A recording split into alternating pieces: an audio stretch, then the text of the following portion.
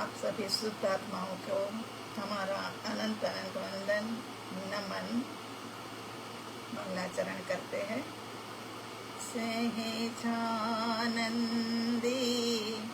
शुद्ध स्वरूपी अविनाशी में आत्मस्वरूप ज्ञानानंदी पूर्ण निराकुल सदा प्रकाशित मेरा रूप सर्वांग सुखमय अलौकिक मैं हूँ परमात्मा स्वरूप। मैं तो आनंद चंदी आत्मा नित्यानंदी सिद्ध स्वरूप नित्यानंदी सिद्ध स्वरूप। देवादिदेव अरिहंत परमात्मा श्री सिमंदर स्वामी भगवान और धर्मगुरु भगवंतों की आज्ञा अनुमति लेते हुए हमारा स्वाध्याय चल रहा है।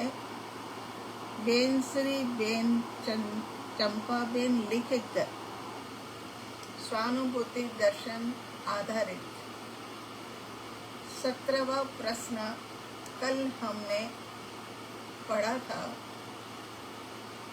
समझा था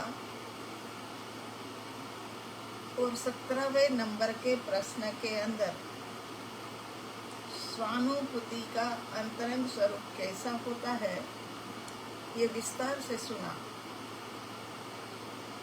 फिर भी थोड़ा सा उसको रिपीट कर लेते हैं। तो कहते हैं चंपा बहन, और चंपा बहन जैसी ज्ञानी व्यक्ति ये बात कह रही है कि हे साधक प्रभु, सम्यक दर्शन का अंतरंग स्वरूप तो परमात्मा की वाणी भी नहीं कह सके, जो सर्वज्ञ है, अनंत ज्ञान अनंत दर्शन अनंतता के अनंत गुण होते हुए भी वो सर्वज्ञ भगवान नहीं कह सके हैं। तो मेरे जैसी तुच्छ व्यक्ति क्या कह सकती है? ये इसके बारे में फिर हमने दृष्टांत लिया था कि एक कमरे के अंदर में 3 व्यक्ति है, वाणी है, आत्मा और उपयोग, ये तीनों है। अब तीनों बैठे बैठे बात कर रहे हैं। कुछ गुप्तगु आई, उन्होंने वाणी को कहा कि आप जरा थोड़ी देर के लिए बाहर बैठो, हमें थोड़ी सी ऐसी एकांत में गुप्त बात करनी है। और वो बात करी और उसके बाद में वाणी अंदर आ गई। अब थोड़े समय के बाद चौथा व्यक्ति एंटर हुआ। वो पूछता है कि भाई ये लोगों ने क्या ऐसी गुप्त बातें करी थी? वाणी कहती है वो समय पर मैं तो यहाँ उपस्थित नहीं थी, तो मुझे तो कुछ भी पता नहीं है कि इन लोगों के बीच में क्या बात हुई। ऐसी ये घटना है कि जिस समय पर अंदर की अनुभूति होती है वो समय पर ना विकल्प होता है, ना वाणी होती है, ना मन भय होता है, कोई नहीं होता। खाली एकांत के अंदर में ये आत्मा उपयोग के साथ में अनुभव करता है। तो यहाँ कहते हैं कि अंतरंग स्वरूप तो क्या कहे हम, वो तो कहा ही नहीं जा सकता है। समुद्र को तल को नापना जैसे बहुत ही मुश्किल होता है, इसी प्रकार से आत्मा के तल को नापना बहुत ही मुश्किल है, असंभव है। जब सर्वज्ञ की वाणी नहीं कह सके तो चंपा प्रभु कहते हैं कि तो हम तो क्या कह सके, तो अन्य वाणी तो के ही कह सकती है ना। बस ये है कि वो समय पर विभाव दशा नहीं होती है, और विभाव दशा जो है ना वो नहीं होने के कारण से परम शांत स्थिर भाव होता है। आहा, परम शांत और स्थिर भाव कैसा कि जो बताया ना जा सके। भीतर के एक एक प्रदेश में ऐसे आनंद, शांति, स्थिरता उछल उछल करके आती है।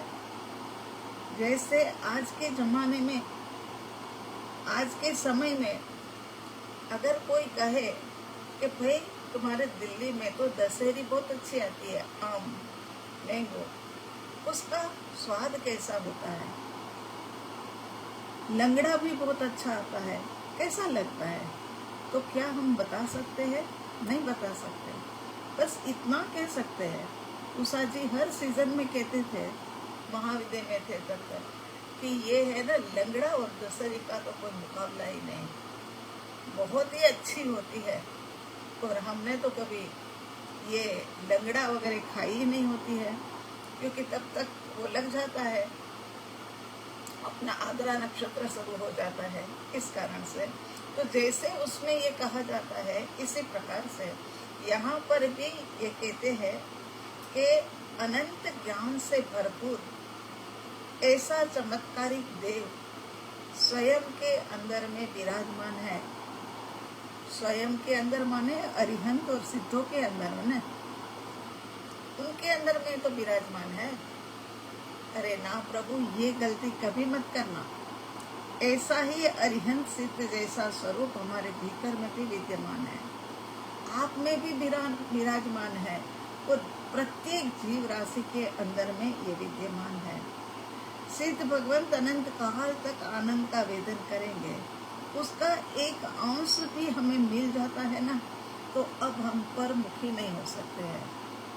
एक अंश भी मिल जाए ना, तो हमें कहीं पर भी फिर बाहर में रस नहीं आता है, क्योंकि परम रस को चख लिया जिन्होंने, एक परम रस को चख लिया, उनको छोटे मोटे रसों को चखने की तो क्या बात करें। उनको उसके अंदर में कहीं पर भी रुचि ही नहीं होगी। वो यही सोचेगा कि क्या मतलब परम रस मिल गया, तृप्ति मिल गई। परम रस मिल जाता है तब तृप्ति मिल जाती है।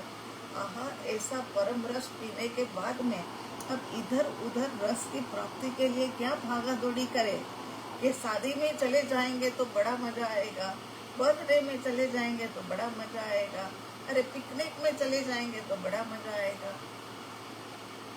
उनको साधक आत्मा को कहीं पर भी, क्योंकि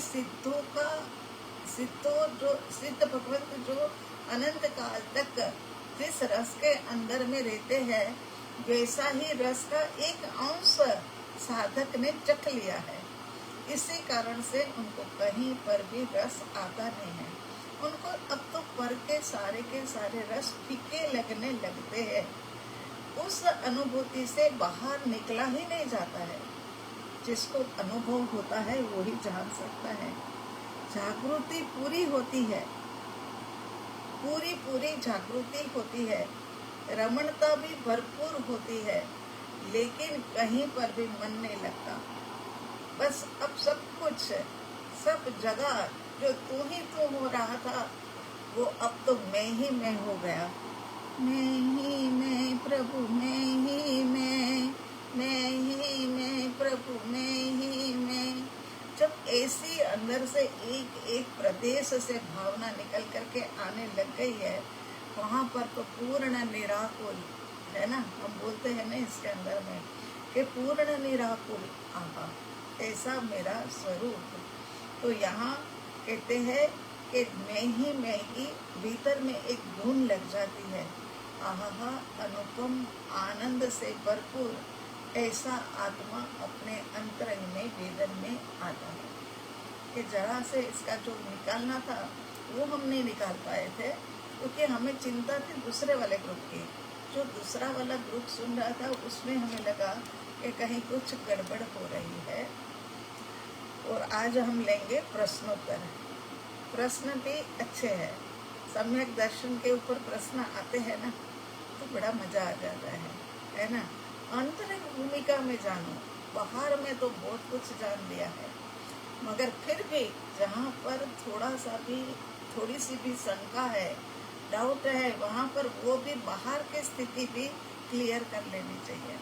तो यहाँ कह रहे हैं प्रश्न के अंदर में साधक आत्मा ने लिखा है कि माँ आप कहते हो, ये सब साधक ज़्यादातर मुझे ऐसा लग रहा है कि नए हैं, फिर भी प्रश्न इनके अच्छे हैं कि माँ आप कहते हो कि तप, त्याग, सेवा, पूजा, सामयिक प्रतिक्रमण ये धर्म नहीं है, ये तो पुण्य है।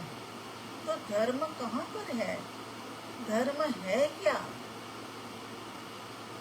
तो अब हम धर्म समझे तो समझे किसमें समझे, ये वाला प्रश्न इनका है।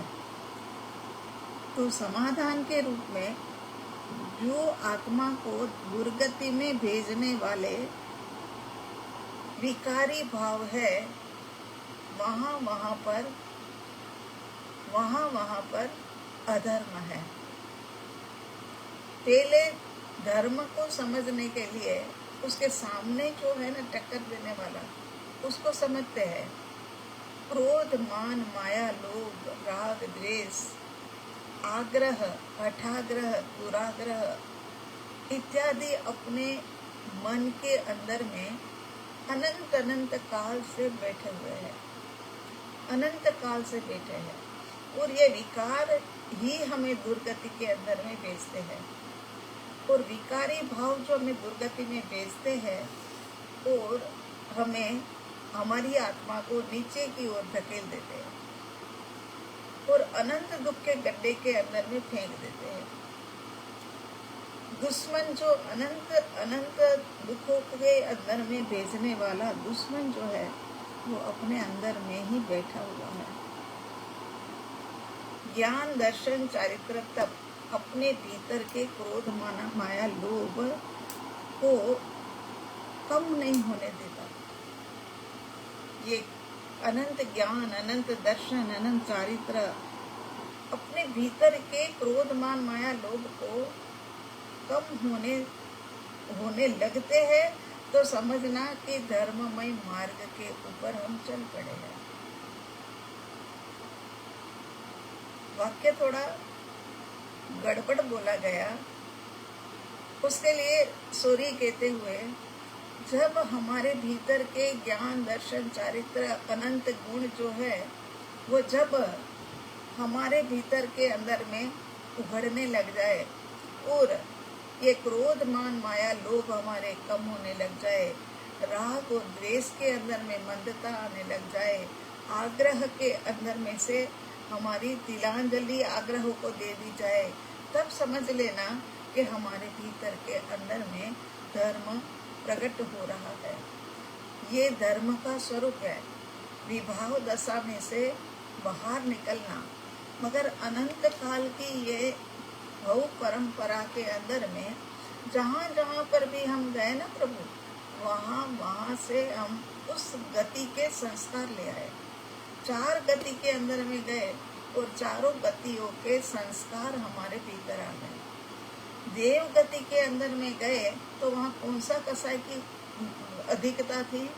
तो कहते हैं कि देव गति के अंदर में गए तो लोभ कसाई जो था वो अधिक रूप में था, और इस कारण से हमारे भीतर में, आत्मा के ऊपर में क्या है कि ये लोभ कसाई के संस्कार डल गए। उसके बाद में मनुष्य गति के अंदर में आए तो मान कसाई बहुत था। मान कसाई के कारण से हमारे भीतर में ये मान के जो संस्कार थे ना, वो लग गए। उसके बाद तिर्यंच गति के अंदर में आए तो वहाँ पर मान कसाई, एक कसाई की अधिकता होती है हर गति के अंदर में। तो यहाँ एक गति की अधिकता के अंदर में तिर्यंच गति में आया तो माया कसाई की जो है ना, वो माया कसाई उनके अंदर बहुत ज़्यादा था, उसका संस्कार हमारे अंदर आए। और नरक गति के अंदर में गए तो क्रोध, क्योंकि जहाँ दुख होता है ना, वहाँ क्रोध ही अंदर में भभूकता रहता है। तो क्रोध कसाई की अधिकता, और उस कारण से हमारी आत्मा के ऊपर क्रोध कसाय के संस्कार हो गए। अब ऐसा हुआ तो ये क्रोध, मान, माया, लोभ इत्यादि के संस्कार लेकर के हम आए हैं। अब ये संस्कार के कारण से अनंत ज्ञान, दर्शन, चारित्र, तप इत्यादि को उजागर करने का अवसर हमें नहीं मिल रहा है, क्योंकि ऐसे के अंदर में ही घूमते फिरते हैं, क्रोध, मान, माया, लोभ के अंदर में, है ना। तो यहाँ कहते हैं कि धर्म तब होगा कि जब ये सब है ना मंद हो जाए और अनंत ज्ञान, दर्शन, चारित्र, तब ये ऊपर उठ जाए, तब मानना कि हमारा जो संस्कार है वो कम हो गया और अब हम धर्म की राह के ऊपर चल पड़े। जब हम धर्म की राह के ऊपर चल पड़ेंगे ना, तो फिर क्या है कि हमारा जो क्रोध था ने उसकी जगह पर उदारता आ जाएगी, मान था ने वहाँ पर नम्रता छा जाएगी, माया थी वहाँ पर सरलता आ जाएगी, और जहाँ पर क्रोध था वहाँ पर समता छा जाएगी। क्रोध, मान, माया, लोभ ये चारों के चारों कसाई की जगह उसके विपरीत जो गुण है ना वो उभरने लग जाएंगे। तब मानना कि हमारे भीतर में अब धर्म के अंकुर, बीज जो है वो फूटने लगे हैं और हमारे अंदर में अब धर्म आने की शुरुआत हो गई है। अब बात ये है कि धर्म नहीं आया हो, फिर भी अगर हम सामायिक करें, प्रतिक्रमण करें, तप त्याग करें, तो क्या फिर उसका कुछ फल तो होना चाहिए ना। तो कहते हैं कि क्रिया फलदायी ही होती है, बिना फल दिए दे करके वो जाती ही नहीं है, वो फल दे करके ही जाती है। तो यहाँ क्या फल दिया? पुण्य रूपी फल हमको दे करके गई। ये सब क्रिया है, धर्म नहीं हुआ। धर्म होता तो सिद्ध भगवान जैसा और अरिहंत परमात्मा जैसा सुख हमारे भीतर में उद्भव होता, ऐसा प्रकट होता, मगर ऐसा प्रकट नहीं हो रहा है। उसके बजाय में हमें ये पुण्य कर्म जो है ना, ऐसा बढ़िया मनुष्य का जन्म दिया, ऐसा बढ़िया स्वाध्याय करने का हमें तुम्हें मौका दिया है ना, ये सब पुण्य कर्म के कारण से है। पुण्य कर्म होगा तभी जाकर के महाविदेह क्षेत्र में जन्म लेंगे और अरिहंत परमात्मा से दीक्षा लेंगे। और दीक्षा लेने के बाद में भीतर में जो अवरोध रूप के अंदर में क्रोध, मान, माया, लोभ आ गए हैं, उसको हटाएंगे और अनंत अनंत गुणों को जागरूक करेंगे, अरिहंत बनेंगे और सिद्ध बन जाएंगे। ये धर्म का कारण है, ये धर्म के कारण से कर्म की निर्जरा है और वो पुण्य है। ठीक है, ठीक से समझ आ गया होगा। अगर समझ में नहीं आया हो तो फिर दोबारा से क्या समझ नहीं आया है वो हमें लिख करके फिर से भेजें, ताकि ज़रूर हम इसके ऊपर और विश्लेषण करेंगे। ठीक है। उसके बाद का प्रश्न है, सम्यक दर्शन क्या है? माँ जी, मैं तो आपके ग्रुप के अंदर में बिल्कुल नया हूँ, मगर आपकी वाणी सुनने से अच्छा लग रहा है। इस कारण से अब मुझे यही नहीं समझ आता है कि आपके पास चर्चा करने वाले सम्यक दर्शन की बातें करते हैं और मुझे तो पता ही नहीं है कि सम्यक दर्शन क्या है। ऐसा है प्रभु, यहाँ पर भी परम कृपालु देव की पंक्ति याद आती है। 20 दोहे जो है ना, उसके अंदर में परम कृपालु देव ने कहा है, अनंत काल थी आथड़ो विना भान भगवान, सेव्या नहीं गुरु संत ने, मुँह क्यों नहीं अभिमान।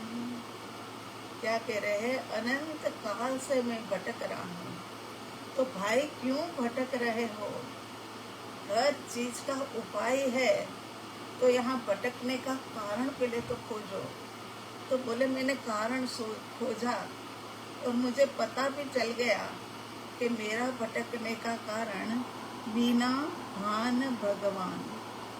मैंने भगवान और भगवान क्या होते हैं उसके बारे में कभी भी सोचा ही नहीं। सेव्या नहीं गुरु संत को। अगर भान और भगवान के विषय में कुछ माहिती प्राप्त करनी होती तो तुम्हें कहाँ जाना पड़ता? गुरु संत के पास जाना पड़ता। मगर सेव्या नहीं गुरु संत को। ऐसा क्यों किया? क्योंकि छोड़ा नहीं अभिमान। मैंने मेरा अभिमान जो था वो छोड़ा नहीं। मुझे लगा कि मैं किसी के पास क्यों जाऊं, और मैं जिनके पास जाऊं वो मेरे से ऊपर हो गया, मैं उनसे नीचे हो गया, तो फिर मैं क्यों जाऊं? ऐसा सोच करके मैं गया ही नहीं। ये सबसे बड़ी गलती कर दी। प्रभु, बात ऐसी है कि अनंत काल से ये जीवात्मा है ना, भटक रहा है। चारों गतियों के अंदर में भटकते भटकते अनंत काल बीत गया है, मगर फिर भी उनका छुटकारा नहीं हो रहा है। छुटकारा नहीं होने का कारण क्या है? कारण यही है कि मैं कौन हूँ, मैं कहाँ से आया हूँ और मुझे अब कहाँ जाना है, और उसके लिए मुझे क्या करना है, वो मुझे समझ ही नहीं आ रहा है। तो ये मैं कौन हूँ माने मैंने तो यही समझ रखा है कि मैं तो यही हूँ, यही हूँ, ये मैं तो देह हूँ, ऐसा ही अपने को समझ करके देह के प्रति की आसक्ति। आहा, मैं देह हूँ, मेरा देह कैसे नौजवान बना रहे, उसके अंदर में कहीं पर भी बुढ़ापे का एक साइन भी दिखाई ना देवे, उसके अंदर में मैं लगा रहा। अनंत काल से मैं मेरी पांचों इंद्रियों के विषय को पुष्ट करने में, कान को अच्छा लगे वही कान को सुनाओ, है ना, मोबाइल के ऊपर चाहे टीवी के ऊपर, मगर बैठ करके वही सुनाओ। मगर गुरु और संत का स्वरूप क्या होता है, भगवान का स्वरूप क्या होता है, वो समझने के लिए मैंने पुरुषार्थ नहीं किया। क्योंकि मैं कहीं पर और कुछ अपने को मानता ही नहीं था। मैं यही मानता था कि जो हूँ, दिखता हूँ, वही मैं हूँ, और ऐसे अपने को देह मान करके मैं भटकता रहा। और मैंने अहंकार को नहीं छोड़ा, इस कारण से ये देह को देह ही माना, मैं ही माना, और आत्मा को समझा नहीं। तो यहाँ पर कहने का मतलब ये है कि देह और आत्मा भिन्न है, लेकिन अज्ञानता के कारण हमने दोनों को एक मान लिया। लेकिन दोनों के स्वभाव से पता चलता है, अरे ये तो दोनों ही भिन्न भिन्न है। अगर यहाँ पर आग है और यहाँ पर नीर है, जल है, यहाँ पानी है और यहाँ आग है, तो क्या हम ये कहेंगे कि दोनों एक से है? ये तो इतने मूर्ख तो हम नहीं हो सकते हैं। तो फिर यहाँ पर भी कहते हैं कि देह और आत्मा का स्वभाव भिन्न है। अरे ये स्वभाव भिन्न, तो क्या स्वभाव में भिन्नता? कहते हैं ये जो है ना देह, ये मरने वाला, गलने वाला, सड़ने वाला, ऐसा ये देह का स्वभाव है। ये सदा काल रहने वाला नहीं है। और ये आत्मा जो है वो तो अजर अमर अविनाशी और सहजानंदी शुद्ध स्वरूपी, अनंत गुणों से युक्त, असंख्यात आत्म प्रदेश, अनंत गुण, अनंता अनंत पर्याय, अनंत धर्म और अनंत शक्ति का मालिक, ऐसा मैं आत्मा हूँ। प्रभु, ये बात है ना, पक्की कर लेना कि इसका स्वभाव अलग है और मेरा मुझ आत्मा का स्वभाव जो है वो अलग है। दोनों का अलग अलग है ना। और मैं थोड़ी सी भी बात के अंदर में ये चर्चा करने के पश्चात इसकी गहराई में नहीं जाना चाहता हूँ, परंतु अपने भीतर थोड़ा सा भी धर्म हो तो हमें लगता है कि मैं कौन हूँ। तब आत्मज्ञानी सद्गुरु भगवान का मार्गदर्शन कि मैं कौन हूँ, तो मुझे इसकी जानकारी लेनी है। 4 दिन हो गए, 5 दिन हो गए, एक ही प्रश्न घूमता ही जा रहा है कि मैं कौन हूँ। और ये बाहरी पहचान तो मैं नहीं हूँ, बाहरी पहचान तो मैं हो भी नहीं सकता हूँ, तो फिर मैं कौन हूँ। ये जब सोचने लगता है तो उनको आवश्यकता पड़ती है किसी सद्गुरु भगवंत की, क्योंकि बाह्य के अंदर में कितनी ही किताबें पढ़ लो, बाह्य के अंदर में कितने ही कुछ कर लो, मगर उसके माध्यम से हमें सत्य समझ नहीं आएगा। तो सद्गुरु भगवान के पास जाए और सद्गुरु भगवंत हमें बताए कि तुम कौन हो, और तुम अनंत काल से खो गए हो, और खो गए हैं उन्हीं की अब खोज करनी है। कोई चीज खो जाती है, उसकी खोज की जाती है, तो अब ये चीज की मैं कौन हूँ उसकी खोज करनी पड़ेगी। और खोज करने का तरीका जो होता है वो है ना, सद्गुरु भगवान हमें बताते हैं। आत्मशुद्धि के लिए वितराग परमात्मा का आलम्बन स्वीकार कर यथाशक्ति प्रयत्न करते ही रहना है। आलम्बन किसका लेना है, हमें लक्ष्य में किनको रखना है, तो अरिहंत परमात्मा और सिद्ध भगवान को। और वो अरिहंत परमात्मा और वो सिद्ध भगवान के जिनके अंदर में ये प्रकट रूप में दृश्यमान है, और हमारे भीतर में भी वो ही उन्हीं के जैसा अरिहंत परमात्मा और सिद्ध भगवान विद्यमान है। लेकिन क्या है, अभी अप्रगट है। उसके ऊपर क्रोध का, मान का, माया का, लोभ का सब पर्दे आ गए हैं। ये पर्दे को हटाने के लिए अब मुझे सद्गुरु भगवान की देशना लब्धि मिले, तब तो मेरा कुछ कल्याण हो।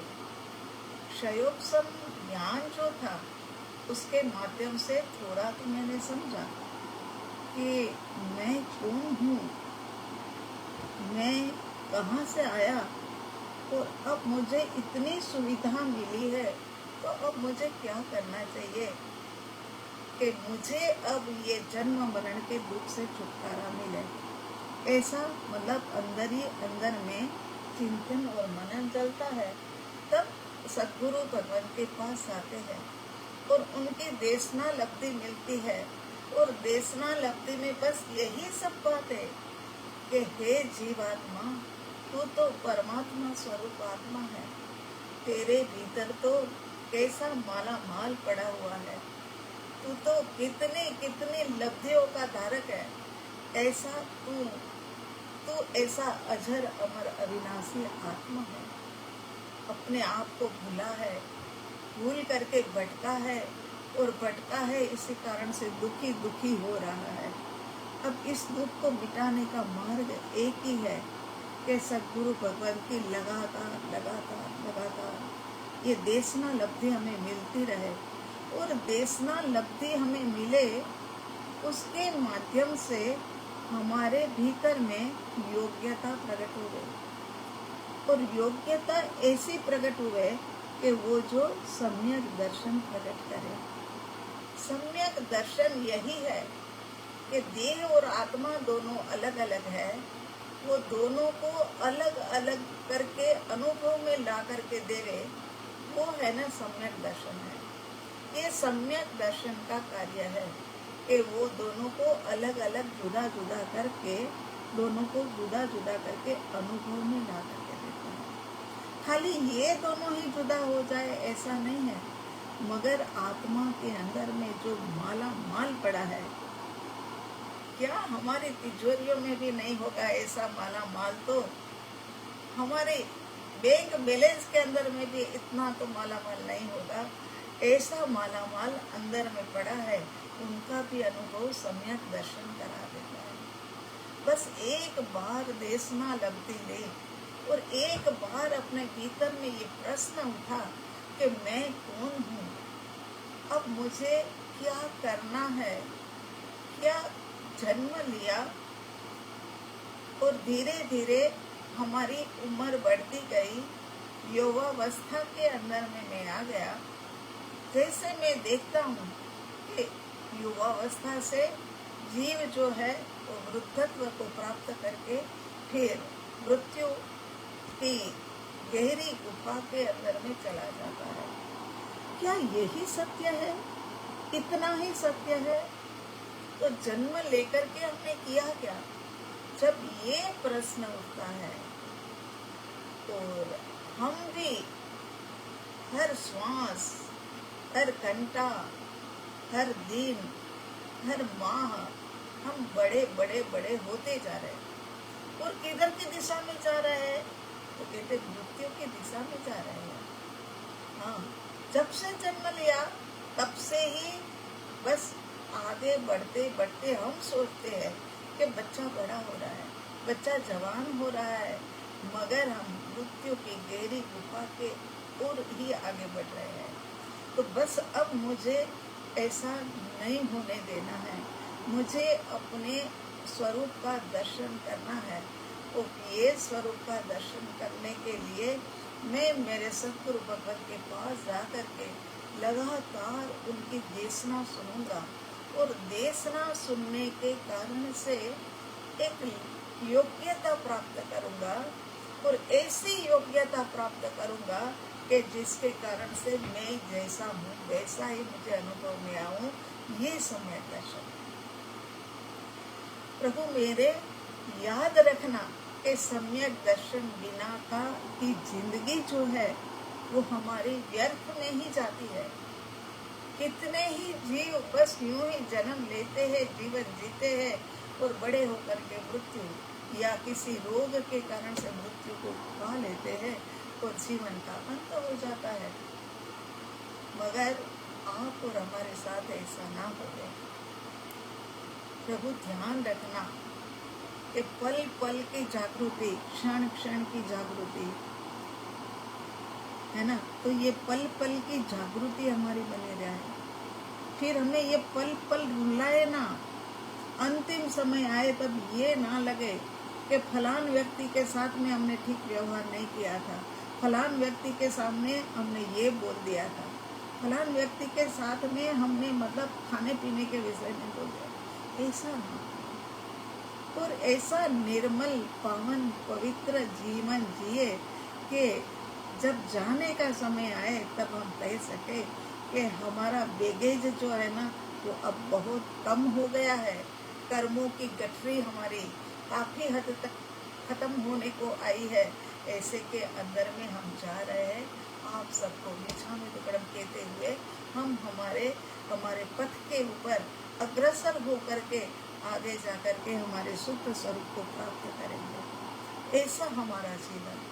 तो इस जीवन में ऐसे जीवन के लिए क्या क्या करना है? हमें किसी भी जीव को दुख नहीं पहुंचाना है। जितनी हो सके इतनी दया, करुणा, मैत्री, बस यही उसी के अंदर में लगे रहना है। कैसे मैं किसी भी व्यक्ति को हेल्प कर सकूं, ऐसे भावों के अंदर में ही जीना है। और अंत में तो सभी जीव करूँ शासन रसे। आहा, ये बात तो भीतर में से उठ करके आती है कि सभी जीव करूँ शासन रसे। मेरे माध्यम से सभी जीव शासन के रसिक बन जाए और सच्ची देशना उनको मिल जाए, उनके भीतर में योग्यता प्रकट हो जाए और ये योग्यता के माध्यम से वो एक अजर अमर अविनाशी स्थान को प्राप्त कर लेवे। उसका नाम सम्यक दर्शन। वो अजर अमर बनने की जो स्थिति है वो अंतिम है, और ये सम्यक दर्शन जो है वो शुरुआत है। पहली सीढ़ी जो है वो हमारी सम्यक दर्शन की है। और पहली सीढ़ी ऐसे ही बात कर रहे हैं। अगर गुणस्थानक के माध्यम से बात करें तो बात कुछ और ही हो जाती है, मगर यहाँ पहली सीढ़ी हम समझे कि सम्यक दर्शन की है। सम्यक दर्शन जैसे ही प्रकट होगा कि ये देह अलग और भीतर का आत्मा अलग, और उनका अनुभव उसी के साथ में ये जो हमें पर्दा लगा देने वाली जो मतलब क्रोध मान माया लोग है ना, वो ऐसा मोटा पर्दा लगाया था। क्रोध मान माया लोग का ये पर्दा जो था ना, वो तो इतना मोटा लगा था। वो क्रोध मान माया लोग का पहला मोटा वाला पर्दा है ना, वो हट जाता है। और सम्यक दर्शन हमें ये बताता है कि तुम्हारा ज्ञान कैसा है, तुम्हारा दर्शन कैसा है। और ये अपना दर्शन करा करके सम्यक दर्शन की विशुद्धि कर देता है। जो शंकाएं हमारे भीतर में थी, वो शंकाओं से हमें मुक्त कर देता है। अब फिर सम्यक दर्शन का रस पी लिया ना, फिर तो लगेगा जैसे हमने ऊपर में कहा ना, कि जब रस पी लेते हैं फिर तो लगता है बस यही यही यही और हमें चाहिए, और हमें चाहिए। ऐसी भीतर के अंदर में भावना रहती है। अब उसे रस नहीं आता है, कहीं पर भी नहीं आता है। हाँ, ये अलग है कि गृहस्थ आश्रम में है, इस कारण से गृहस्थ बनकर के रह गए, मगर गृहस्थी में रस नहीं रहा, क्योंकि उनको तो परम रस मिल गया। वो जो सम्यक दर्शन वाला होगा उनको रस नहीं होगा, तो ये मत समझ लेना कि फिर वो तो मुंह टरका है, वो यूं ही रहता होगा, किसी के साथ बोलना नहीं, किसी के साथ हंसना नहीं, किसी के साथ प्रेम से बात नहीं करनी, ऐसा ही होता होगा। मगर नहीं, अरे उसने तो परम रस को पी लिया है। उनके तो रोम रोम में से आनंद, प्रदेश प्रदेश में से जो शांति निकल करके बाहर आ रही है, वो सामने वाला व्यक्ति भी अनुभव कर सकता है। ऐसा, क्योंकि ये मोटा वाला पर्दा गया न, पर्दे तो 4 लगे हुए हैं, अभी तो और भी लगे हुए हैं। तो यहाँ मोटा वाला पर्दे का नाम जो है ना, वो अनंतानुबंधी कसाई है। ये अनंतानुबंधी क्रोध मान माया और लोभ गया, तो एक झलक मिली, एक झलक में आनंद हो गया। अब तो बार बार वो ही रस पीने के लिए वो है ना प्यासा हो जाएगा। तृप्त भी है और प्यासा भी है। तो हमारा भजन एक बहुत अच्छा भजन मंडली वाले गाते हैं कि प्यासा भी रहूं और तृप्त भी रहूं। तो प्यासा भी रहता है और तृप्त भी रहता है कि अभी और मुझे मिल जाए। वो दिन जो अनुभव हुआ वो एक बहुत ही बढ़िया था। ये सम्यक दर्शन का अनुभव था मेरे प्रभु, ये आप याद रखना। ये सम्यक दर्शन के अनुभव के अंदर में जो ये क्रोधमान माया लोग जाता है ना, उसके बाद की दशा जो है ना, वो ऐसी स्थिरता वाली हो जाती है। अब उनके अंदर में उदारता भी है, नम्रता भी है, सरलता भी है, समता भी है, अंदर में कहीं पर भी उहापो नहीं है। तो रस की प्यासा होने के कारण से उस समय के बाद फिर से ये अनुभव होता है। वो अनुभव होता है तब फिर से वो एक पर्दा और हट जाता है। वो थोड़ा पहले वाले से थोड़ा पतला था, मगर फिर भी मोटा तो था ही। वो क्या है कि अप्रत्याख्यान वर्णीय क्रोध मान माया लोभ का पर्दा जो था वो हट गया, तो फिर से अनुभव हुआ। इस अनुभव के अंदर में पहले की बजाय थोड़ी ज्यादा स्पष्टता आती है। अब ये दूसरी बार जो रस पी लिया, उसके बाद तो लगता है कि अब तो जल्दी जल्दी मुझे मिल जाए, अब मुझे इस रस में से कहीं पर भी बाहर नहीं जाना, बस इसी में ही मैं पड़ा रहूं, ऐसा लगता है। और सच में ही एक भीतर से मुनि दशा प्रकट हो जाती है, और लगता है कि ये घर गृहस्थी ये वो सब मैं छोड़ करके अपने साधुपने के अंदर में अब अपनी साधना करूं।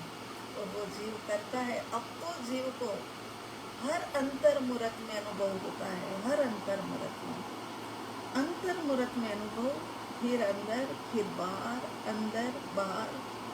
अंदर बाहर होते रहते हैं। ये सम्यक दर्शन जो है वो मुनि दशा धारण करवा करके उसके बाद वो अपनी साधना में लग जाते हैं।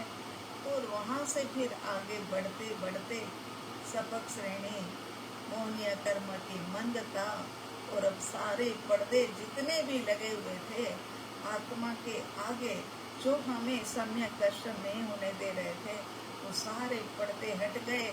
और सम्यक दर्शन तो क्या, लेकिन केवल दर्शन प्रकट हो गया।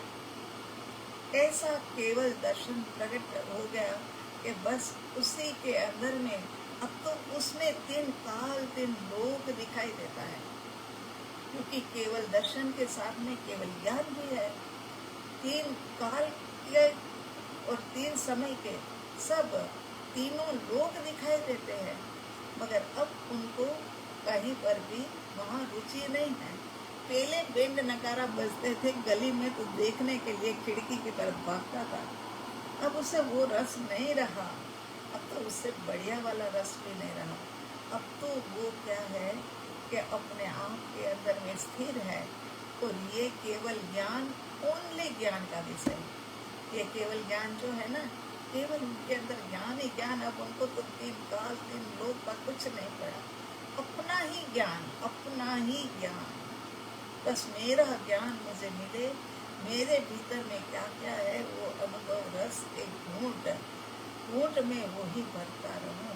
और ऐसे में अनुभव रस की घूंट भरते भरते समय पूरा हो जाए, और केवली दशा या अरिहंत दशा से फिर वो सिद्धात्म बन जाए। प्रभु, ये सम्यक दर्शन है।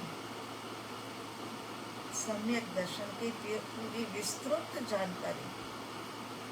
सम्यक दर्शन तो चतुर्थ गुण स्थानक थे, माने आध्यात्मिकता की पहली सीढ़ी, और ये गुण स्थानक की आत्मा के अंदर में रहे हुए गुणों की ये चौथी सीढ़ी।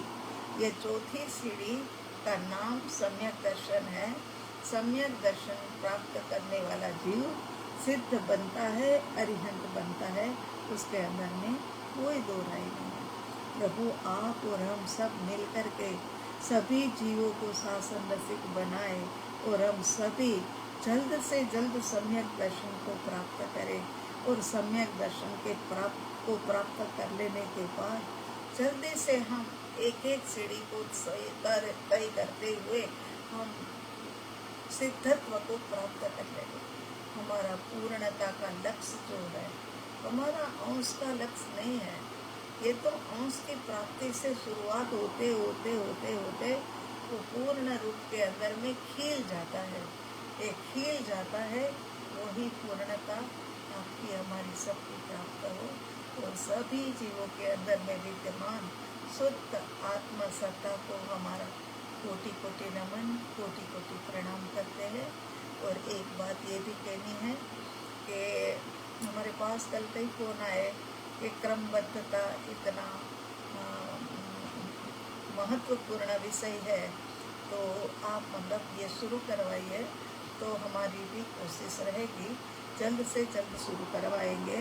और दूसरी बात, हमारी भावना तो ये है कि अगले हफ्ते से करवाए, क्योंकि ये एक दिन में पूरा होने वाला नहीं है। ये तो 2-4 दिन चलने वाला, 2-4 दिन की क्या, 2-4 हफ्ता भी चल सकता है, ऐसा ये सब्जेक्ट है। मगर जिसने क्रमबद्ध को सही तरीके से समझ लिया, वो दुनिया में कहीं पर भी कोई शिकायत नहीं करने वाला होगा, कहीं पर भी शिकायत नहीं करेगा। वो तो हर बात का स्वीकार, ऐसा एक क्रमबद्ध पर्याय का विषय है, तो अपन उसको शुरू करेंगे। दूसरी बात ये चल रही है आजकल कि भाई ये स्वाध्याय के साथ साथ में आप कहते हो, अब तो क्या है कि आप लोग हमें ही पकड़ते हो ना, कि ध्यान के बिना मुक्ति नहीं है, ध्यान के बिना कर्म की निर्जरा नहीं है। बिल्कुल सही बात कह रहे हैं हम आपको कह रहे हैं ना, वो बात बिल्कुल सही कह रहे हैं कि ध्यान साधना के बिना कर्म की निर्जरा नहीं है। और हो भी कैसे सकते हैं, सोचो तो कि अंदर में कर्म है और बाहर में हम स्वाध्याय कर रहे हैं।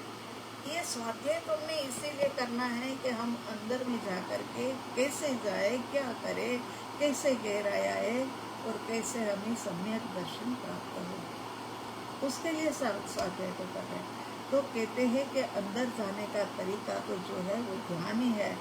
तो आप इतने दिनों के अंदर में बीच में एक दिन ध्यान का रख लो तो ज़्यादा आनंद आएगा और ज़्यादा हमारे को भीतर के कर्म निर्जरा के अंदर में हेल्प मिलेगी।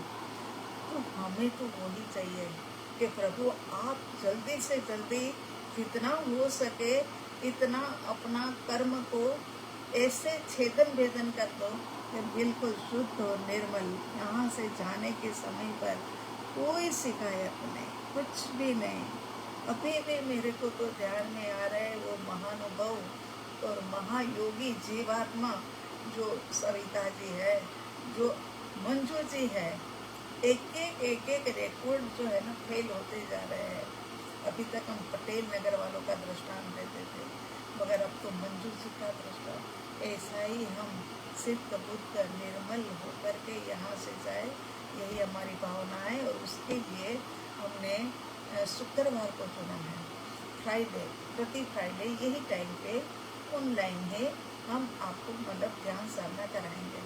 हाँ, दिल्ली के कुछ लोग हैं, उनका कहना है कि जब आप कराओगे वो समय पर हम आपके पास आकर के करेंगे, चाहे आप अपना ऑनलाइन कराते रहना, मगर हम आपके सामने बैठ करके ये ध्यान साधना करेंगे। तो जरूर आइए, हमें उसमें कोई गरज नहीं है।